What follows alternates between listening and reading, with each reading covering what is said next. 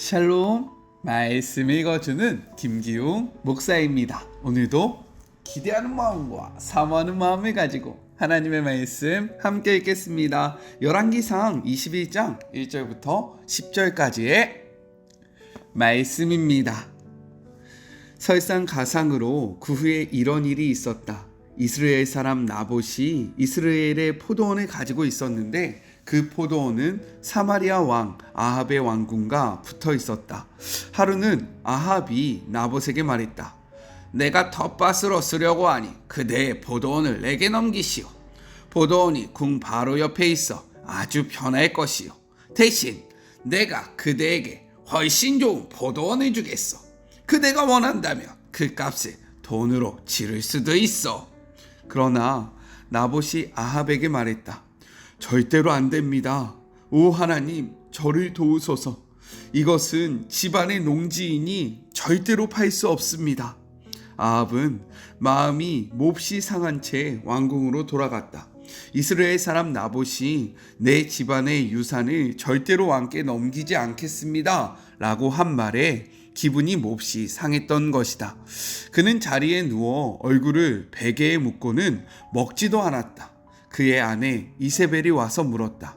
무슨 일이신가요? 무엇 때문에 이렇게 언짢아서 먹지도 않으십니까? 왕이 말했다. 이스라엘 사람 나봇 때문에 그러. 내가 그에게 그대의 포도원을 내게 넘기시오. 내가 그 값을 돈으로 치르거나 원한다면 다른 포도원을 대신 주겠소 하고 말했소. 그랬더니 그가 나는 절대로 내 포도원을 팔지 않겠습니다 하지 않겠소. 이세벨이 말했다. 이게 이스라엘 왕이 행할 행동입니까? 당신은 대장이시잖아요. 일어나세요. 음식을 드시고 기운을 내세요. 이 일은 내가 알아서 하겠어요. 내가 왕께 이스라엘 사람 나봇의 포도원을 갖다 바치겠어요. 그녀는 아합의 서명으로 편지를 쓰고 그의 직인을 찍어 나봇이 살고 있는 성읍의 원로와 지도자들에게 보냈다. 편지의 내용은 다음과 같았다. 금식일을 선포하고 나봇을 상석에 앉으시오. 그리고 그 맞은편에 앞잡이 둘을 앉히시오. 그들이 모든 사람 앞에서 나봇 너는 하나님과 왕을 모독했다 말하게 하고 그를 끌어내어 돌로 쳐 죽이시오. 이것은 하나님의 말씀입니다. 오늘 말씀은 내용상 두 부분으로 나눠서 생각해 볼 수 있습니다. 먼저 첫 번째 1절부터 3절 하나님을 경외한 나봇에 대해서 이야기를 하고 있어요. 우리 1절의 말씀을 같이 한번 읽어볼까요? 그 후에 이 일이 있으니라. 이스라엘 사람 나봇에게 이스라엘의 포도원이 있어 사마리아 왕 아합의 왕궁에서 가깝더니 라고 기록되어 있습니다. 여기서 그 후라는 것은요, 아람과 치른 두 번의 전쟁에서 하나님이 선지자를 보내 이스라엘의 승리를 예고하셨고 그 말씀대로 승리하게 되는 거죠. 그런 다음 아합은 승리의 공로를 가로채고 처단해야 할 벤하닷과 조약을 맺음으로써 하나님 앞에 불순종합니다. 그 후 아합은 이 일에 대해서 선지자로부터 하나님의 책망과 자신의 죽음에 대한 예고를 들어요. 이에 아합은 의기소침해져서 사마리아로 돌아옵니다. 네, 우리가 함께 나눴던 말씀이 기억나시죠? 바로 이 후의 내용이 오늘 본문의 시작이다 라고 이야기를 하고 있는 겁니다. 이스라엘의 별궁 근처에는요, 이스라엘의 사람 나봇의 포도원이 있었습니다. 이사갈 지파의 기업이었던 이곳은요, 평원으로서 여러 농산물이 생산되고 있었습니다. 아합은요, 이곳 포도원을 푸른 정원, 즉 채소밭으로 만들고 싶어서 눈독을 들였던 거예요. 그는 포도원이 궁에서 가깝다라는 핑계로 나봇에게 정당한 대가를 치를 테니 이 대가는요 두 가지였는데, 먼저는 더 좋은 포도밭을 준다든지 이것이 싫다면 그에 상당한 돈을 주겠다라고 이야기하면서 나봇의 포도원을 자신에게 달라라고 이야기를 합니다. 이러한 아합의 토지 매매 제한은요, 사실 지금 우리의 시각으로 보면 아무런 문제가 되지 않습니다. 왜요? 그가 억지로 빼앗는 것이 아니라 더 좋은 보상을 제공한다 약속했기 때문인 거죠. 그런데 나봇은 이를 거절한다라는 거예요. 그리고 이렇게 이야기합니다. 3절이에요. 나봇이 아합에게 말하되 내 조상의 유산을 왕에게 주기를 여호와께서 금하십니다 라고 말씀하고 있어요.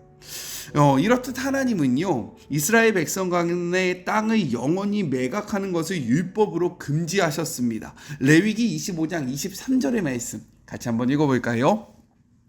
토지를 영구히 팔지 말 것은 토지는 다 내 것임이라. 너희는 거류민이요 동거하는 자로서 나와 함께 있느니라 라고 이야기합니다. 경제적인 이유 등으로서 일시적인 매매가 허용되기는 했습니다. 하지만 희년이 되면요, 그 땅을 샀던 사람은 땅을 판 사람에게 이 땅을 돌려주어야 했습니다. 그래서 다시금 그 모든 균형을 맞추는 것이 하나님의 뜻이었다라는 거예요. 또한 희년이 되기 전에 언제든지 다시금 이 땅을 사서 회복할 수 있는 기업 무르는 제도도 제정하셨다라는 거예요. 나봇은 이러한 하나님의 말씀을 기억했기 때문에 비록 이것이 왕의 제안이고 더 좋은 것을 준다 할지라도 나는 하나님의 말씀을 어길 수 없습니다 라는 신앙의 고백으로 왕의 제안을 거부하게 된 것입니다.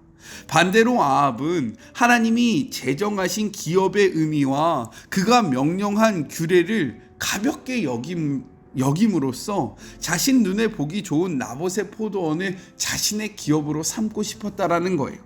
이 말씀 앞에 우리는 누구의 모습으로 살아가고 있는지 우리의 모습을 돌아보기를 원합니다. 하나님의 말씀을 가슴에 새기면서 살아가고 있는 나봇입니까? 아니면 말씀보다 우리 눈에 보기 좋은 대로 살아가고 있는 아합의 모습입니까? 어떤 모습으로 살아가세요? 한번 스스로 우리의 모습을, 자신의 모습을 돌아보는 시간이 되기를 간절히 소망합니다. 둘째, 4절부터 10절 아합의 마음을 시원케 한 이세벨에 대해서 이야기하고 있습니다. 포도원 거래가 성사되지 않자 아합은 마음이 상해요. 그는요, 토라진 마음으로 침대에 들어가 얼굴을 벽으로 향하고 음식을 거부합니다.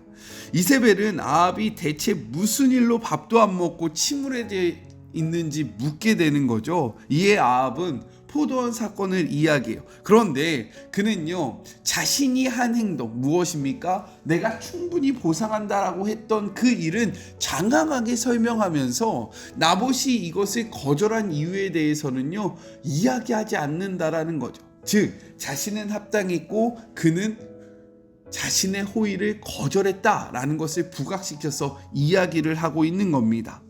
아합의 말을 들은 이세벨은요, 이렇게 이야기해요. 7절입니다. 그의 아내 이세벨이 그에게 이르되 왕이 지금 이스라엘 나라를 다스리시나이까? 일어나 식사를 하시고 마음을 즐겁게 하소서. 내가 이스라엘 사람 나봇의 포도원을 왕께 드리겠습니다 라고 이야기를 해요. 시돈의 공주였던 그녀는요, 아합의 모습이 이해가 되지 않는 거죠. 이스라엘 왕은요, 하나님의 율법을 지켜야 했고요, 그에 따라 백성을 보호하고 백성의 땅을 유지시키는 것이 그의 직무였습니다. 하지만 이방의 왕은요, 절대적인 왕권으로, 즉 자신이 하나님이 되어서 모든 것을 다스릴 수 있었기 때문에 이방 왕의 딸이었던 시돈, 그 시돈의 여왕 딸이었던 이세벨은요, 아합의 모습이 이해가 되지 않았던 거예요. 이에 이세벨은요, 포도원의 문제를 대수롭지 않게 여깁니다. 그리고 내가 이것을 해결해 줄 테니, 너의 마음을 시원케 해줄 테니 너는 밥을 먹어라 라고 이야기를 해요. 그리고 그가 움직이기 시작합니다. 그는요, 금식할 상황을 만들어요. 그리고 나봇을 높은 곳에 세우고 불량배 2명을 증인으로 준비시킵니다. 사형에 마땅한 제목으로 하나님과 왕을 저주했다고 위중하도록 이야기를 하고요, 율법에 따라 나봇을 성 밖에서 돌로 치라고 명합니다.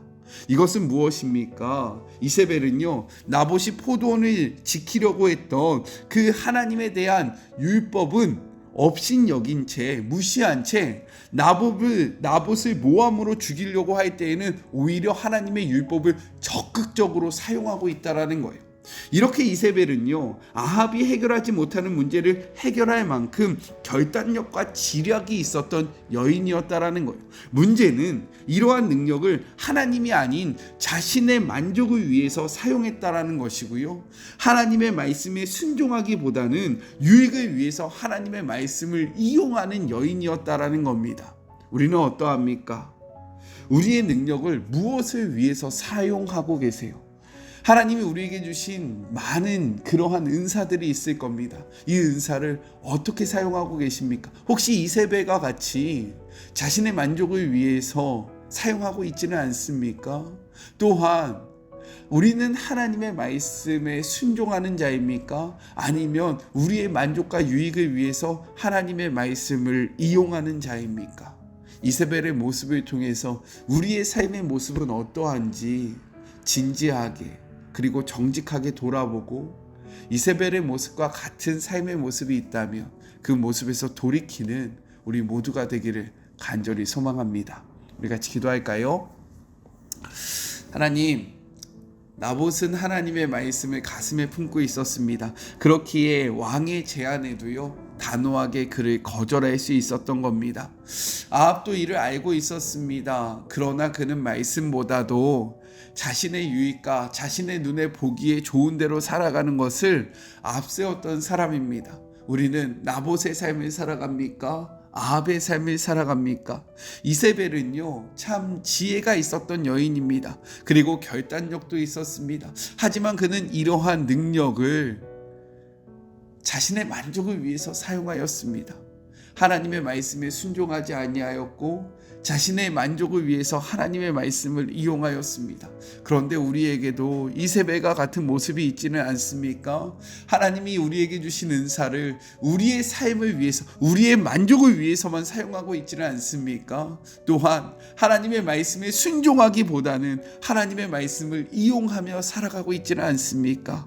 오늘 나봇과 아합 그리고 이세벨의 모습을 통해서 우리는 어떠한 삶을 살아가고 있고 어떠한 모습으로 나아가고 있는지를 정직하게 돌아보며 나봇과 같이 하나님을 경외하는 삶, 나에게 불이익이 온다 할지라도 하나님의 말씀을 지키며 하나님이 우리에게 주신 은사와 능력을 하나님을 위해서 사용하는 주의 모든 자녀들 되게 하여 주시옵소서. 함께 하실 주님을 바라보며 거룩하신 예수님의 이름으로 간절히 기도드립니다. 아멘. 이제 곧 11월이 다가오고 연말이 다가옵니다. 연말이 다가오면요, 교회가 이제 바빠지죠. 왜요? 내년을 계획해야 하기 때문인 겁니다. 그때요, 우리가 이세벨과 같지 않기를 주님의 이름으로 축복합니다. 하나님이 우리에게 주신 은사가 있어요. 은혜가 있습니다. 그것을 우리만을 위해서 사용하는 것이 아니라 하나님 나라를 위해서 사용해 보시는 것은 어떨까요? 아니요, 그렇게 사용하는 우리가 되기를 간절히 소망합니다.